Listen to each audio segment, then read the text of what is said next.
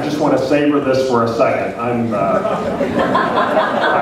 I've lived in Kansas for 51 years, and this is such an authentic Kansas experience. And to be here at the Land Institute, to see so many people that are interested in Kansas and the country and all the things that we believe in, and this setting is just wonderful. And what distinguishes it from last year is last year we almost blew over. It was so windy. But what a beautiful day, and thank you so much for having me back. One of the things that I thought about when I left last year, because I hadn't planned on making a speech last year, but Wes kind of pulled me up at the end, and is I thought about one of my favorite quotes, and that if I'd had time to think about making a speech, it's the quote that I probably would have given that day. And it's a quote that I think relates to so many people, certainly relates to Wes and the folks at the Land Institute, and I think it relates to so many people that are here at this conference. And it's a quote from Jack Kerouac when he said or wrote, "The only people for me are the mad ones." The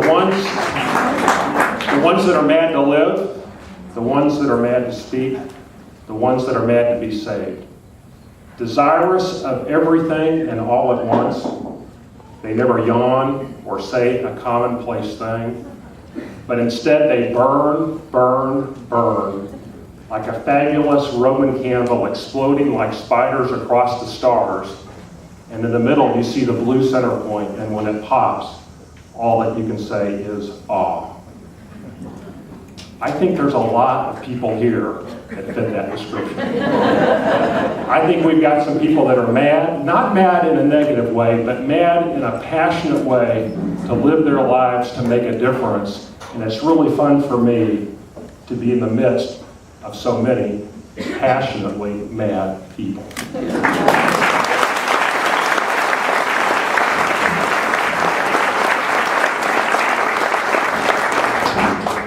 Now, because I don't want to make a speech that would cause you to yawn, and I certainly don't want to say a commonplace thing, I'm not going to make the speech that you think that I might make. I made that speech last year. It needed to be made last year, but it doesn't need to be made over and over and over again. Last year I told you that the governor and I didn't think it was a particularly good idea to build coal-fired plants for other states. And with the help of the Land Institute and a lot of other folks, we were able to hold on to that with the huge mandate of one vote in the state legislature. I told you that we needed to expand wind farms in Kansas, and with the help of wind farm developers and some very progressive utilities in the state, and we have very progressive utilities in this state, this year we are tripling the wind farms in Kansas from 364 megawatts to 1,015 megawatts by the end of this year.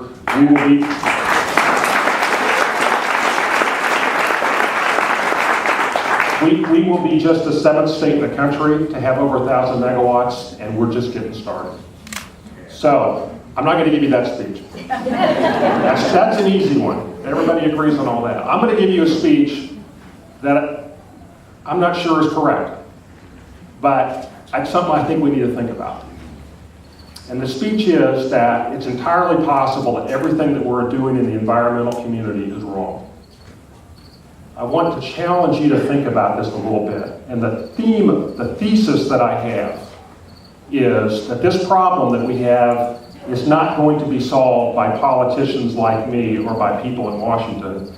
This problem is going to be solved by scientists.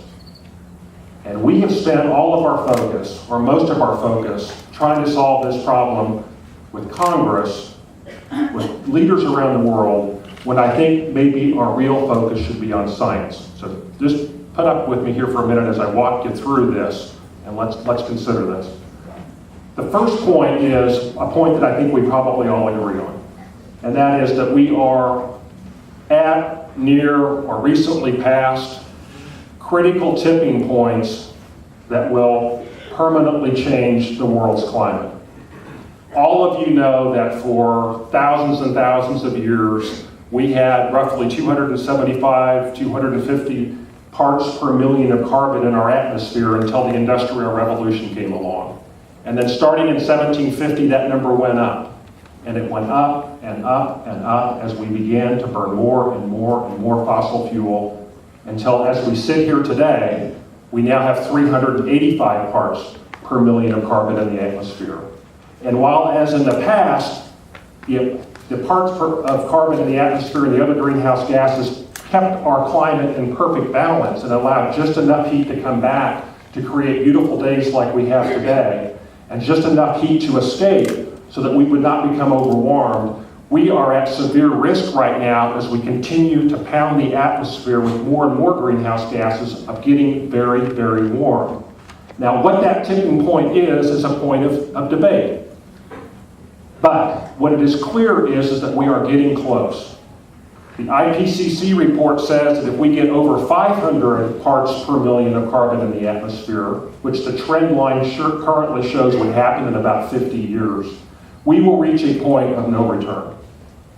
Dr. James Hansen, who spoke to our Wind Energy and Renewable Conference earlier this week, believes that the figure is actually less than 350 parts per million, and we're at 385 parts per million right now.